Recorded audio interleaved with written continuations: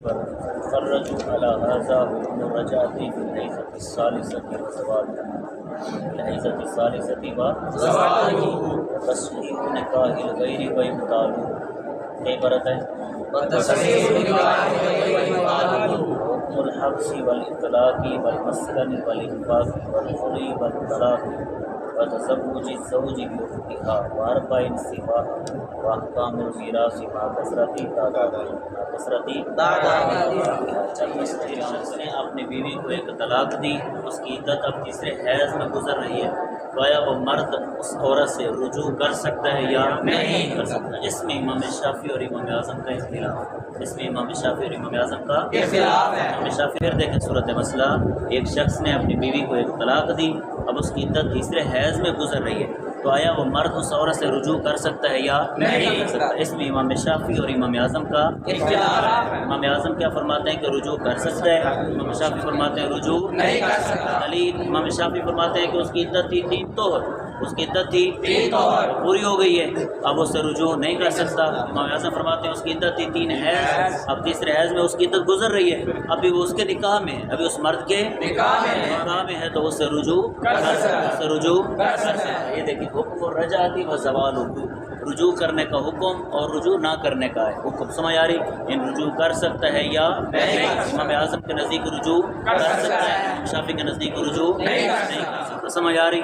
آگے دوسرا، اس کے آگے ساتھ ہی دوسرا مسئلہ، ایک شخص نے اپنی بیوی کو طلاق دی، ایک شخص نے اپنی بیوی کو ایک طلاق دی، اب اس کی عدت تیسرے حیض میں گزر رہی ہے، اس کی عدت تیسرے حیض میں گزر رہی ہے. بولو، اب عورت کسی غیر مرد سے نکاح کر سکتی ہے یا نہیں؟ کسی غیر مرد سے نکاح کر سکتی ہے یا نہیں؟ سمجھ آ رہی؟ پھر دیکھیے ایک شخص نے اپنی بیوی کو ایک طلاق دی، اب اس کی عدت گزر رہی ہے تیسرے حیض میں، تو اب وہ عورت کسی غیر مرد سے نکاح کر سکتی ہے یا نہیں؟ اس میں امام شافعی امام اعظم کا اختلاف ہے. امام شافعی کے نزدیک کر سکتی ہے. کیوں؟ کیونکہ اس کی عدت ختم ہو گئی ہے، کیونکہ اس کی عدت ختم ہو گئی ہے. عدت تھی 3 طہر، وہ تو پورے ہو گئی ہے. ان کے نزدیک حیض تو نہیں ہے نا، ان کے نزدیک عدت کیا ہے؟ 3 طہر، وہ پورے ہو گئی ہے، تو وہ تیسرے غیر مرد سے کیا کر سکتے؟ نکاح کر سکتی. امام اعظم کے نزدیک نکاح نہیں کر سکتی. کیوں؟ کیونکہ ابھی اس کی عدت باقی ہے. جب عدت باقی ہے تو وہ نکاح میں ہے، عدت باقی ہے تو وہ نکاح میں ہے، ایک مرد کے نکاح میں ہے، تو دوسرے مرد سے نکاح نہیں کر سکتی. آگے تیسرا مسئلہ،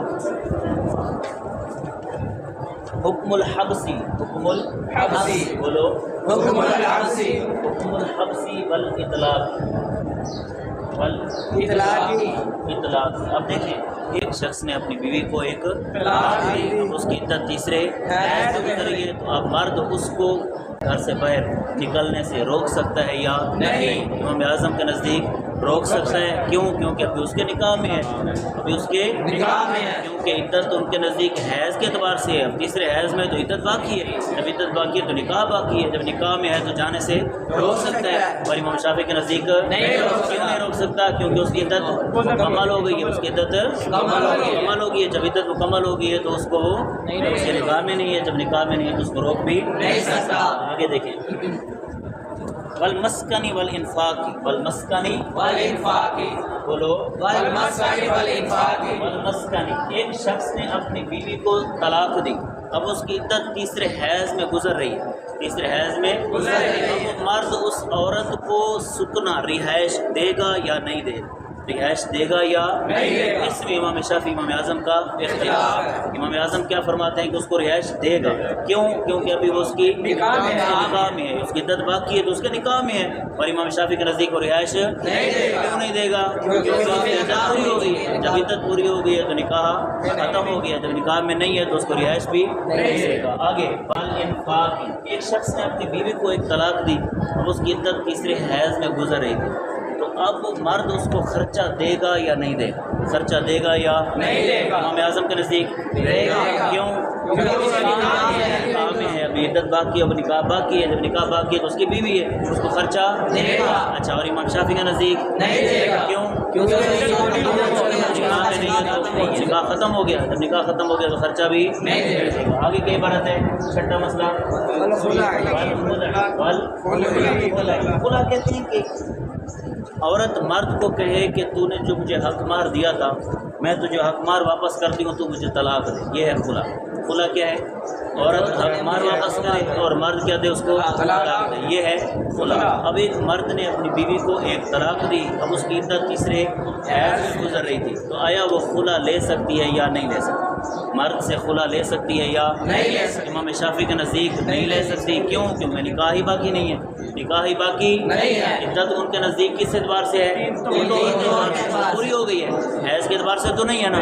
جب عدت پوری ہو گئی تو نکاح بھی نہ رہا، جب نکاح نہ رہا تو خلا بھی نہیں لے سکتی۔ اور امام اعظم کے نزدیک خلا لے سکتی ہے، کیوں؟ کیونکہ اب اس کی عدت باقی ہے، جب عدت باقی ہے تو نکاح میں ہے، جب نکاح میں ہے تو وہ خلا لے سکتی ہے۔ آگے ساتواں مسئلہ کون سا ہے؟ طلاق۔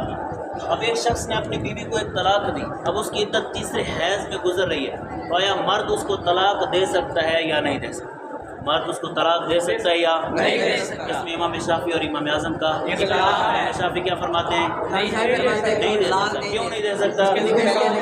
عدت پوری ہو چکی ہے، جب عدت پوری ہو چکی ہے تو نکاح میں نہیں ہے، جب نکاح میں نہیں ہے تو طلاق بھی نہیں دے سکتا۔ اور امام اعظم طلاق دے سکتا ہے، کیوں دے سکتا ہے؟ کیونکہ ابھی نکاح میں ہے، ابھی عدت گزر رہی ہے تو ابھی نکاح میں ہے تو اس کو طلاق بھی دے سکتا ہے۔ آگے آٹھواں مسئلہ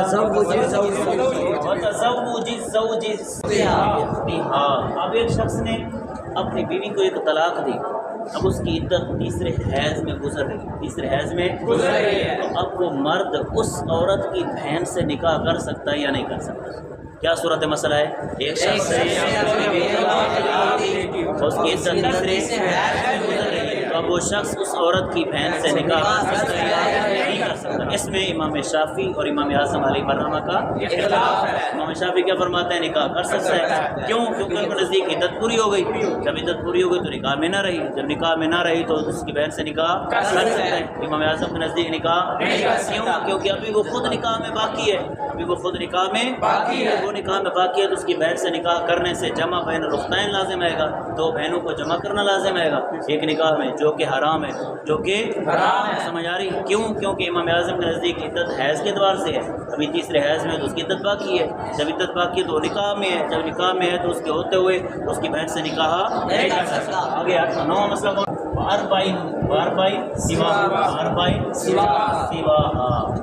اب دیکھیں ایک شخص نے اپنی بیوی کو ایک طلاق دی، اب اس کی عدت تیسرے حیض میں گزر رہی ہے، اس کی عدت تیسرے حیض میں گزر رہی ہے۔ ایک شخص کی چار بیویاں تھیں، ایک شخص کی چار بیویاں تھیں، اس نے ایک کو ایک طلاق دے دی، اب اس کی عدت تیسرے حیض میں گزر رہی ہے، تو اب اس کے ہوتے ہوئے کسی دوسری عورت سے نکاح کر سکتا ہے یا نہیں؟ پھر دیکھیں ایک شخص کی چار بیویاں تھیں، ایک شخص کی چار بیویاں تھیں، اس نے ایک کو کیا کیا؟ طلاق دی، اب جس کو طلاق دی اس کی عدت تیسرے حیض میں گزر رہی ہے، تو اب وہ چوتھی سے شادی کر سکتا ہے یا نہیں؟ اور سے نکاح کر سکتا ہے یا نہیں کر سکتا؟ امام شافعی کے نزدیک کر سکتا ہے، امام شافعی کے نزدیک کیوں؟ کیونکہ اس کا نکاح ختم ہو گیا، اس کی عدت گزر گئی، اب وہ چوتھی سے نکاح کر سکتا ہے۔ امام اعظم کے نزدیک کیونکہ ابھی خود یہ نکاح میں باقی ہے، ابھی خود یہ نکاح میں باقی ہے، تو اس کے ہوتے ہوئے اور سے کرے گا تو پانچویں سے نکاح لازم آئے گا، تو شریعت میں 4 کی اجازت ہے، 5 کی اجازت نہیں ہے۔ آگے 10واں مسئلہ کون سا ہے؟